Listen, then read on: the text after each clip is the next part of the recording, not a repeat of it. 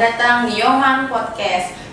Oke Mbak, tadi kan kita udah berbicara nih Mbak terkait dengan kesehatan mental bagi warga binaan pemasyarakatan. Nah, bagaimana sih Mbak dengan pentingnya kesehatan mental bagi petugas pemasyarakatan itu sendiri Mbak?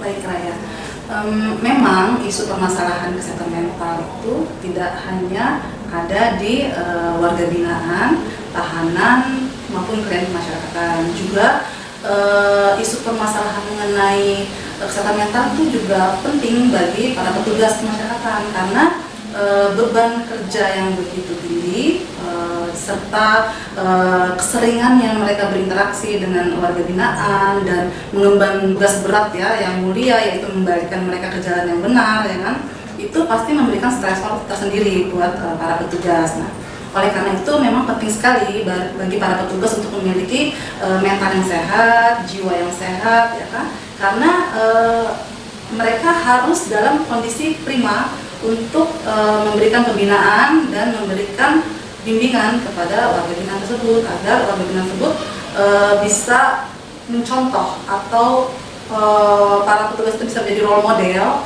bagi warga binaan sehingga tujuan dari apa yang kita harapkan itu dapat tercapai gitu.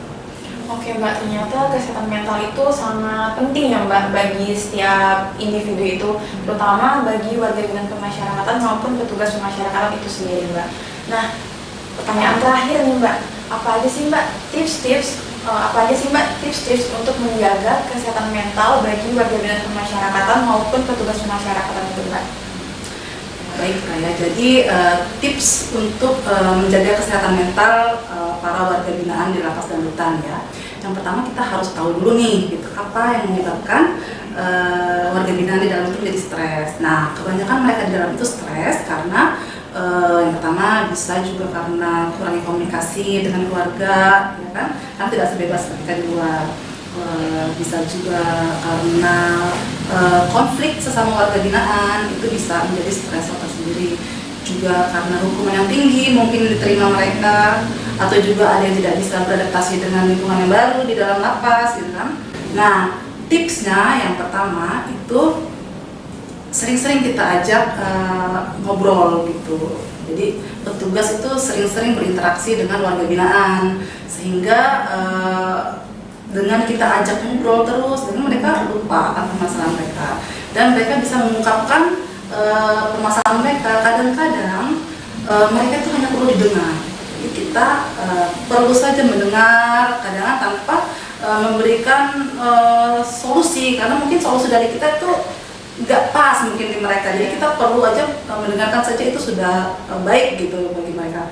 Kemudian yang kedua tipsnya itu yang berkonflik tadi ya bisa kita mediasi. Mungkin yang berkonflik tadi antar sesama warga binaan itu kita panggil, kita mediasi ya. Jadi ada bantuan kita di situ sehingga mungkin stres mereka yang tadinya ada di sini bisa turun ke sini gitu kan. Mungkin nggak hilang penuh ya, tapi bisa menurunkan. Kemudian yang terakhir itu tentunya kita harus isi kegiatan mereka dengan kegiatan-kegiatan positif di dalam lapas gitu. Kita isi terus, jangan sampai mereka tidak memiliki kegiatan gitu. Jadi kita isi penuh kegiatan yang bermanfaat ya, seperti kegiatan yang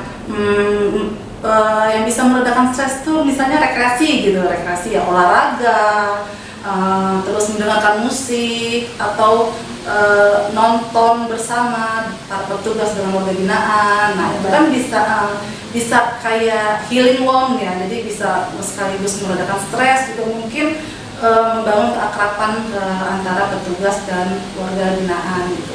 Nah, kemudian untuk kesehatan mental para petugas ya penting juga itu. Jadi tipsnya itu ya pertama kita harus banyak-banyak berbuat baik. Nah, kan baik itu ke warga binaan maupun ke sesama petugas. Karena apa? Karena perbuatan baik akan kembali ke kita ya dengan baik, ya kan. Kalau kita berbuat baik terus kita melihat reaksi orang yang kita bantu bahagia, itu kan akan menjadi obat juga buat kita, akan kembali ke kita. Jadi jiwa kita sehat, mental kita kuat gitu. Kemudian tentunya kita harus mendekatkan diri kepada Yang Maha Kuasa gitu. Agar apa? Agar jiwa kita tenang gitu. kan. Jadi sebanyak-banyaknya atau seberat-beratnya pekerjaan yang kita hadapi atau masalah yang kita alami, itu kalau kita dekat kepada Yang Maha Kuasa kan jiwa kita jadi tenang, jadi kita bisa berpikir jernih segala sesuatunya. Kemudian yang terakhir tentunya kita bekerja harus cerdas dan ikhlas gitu kan.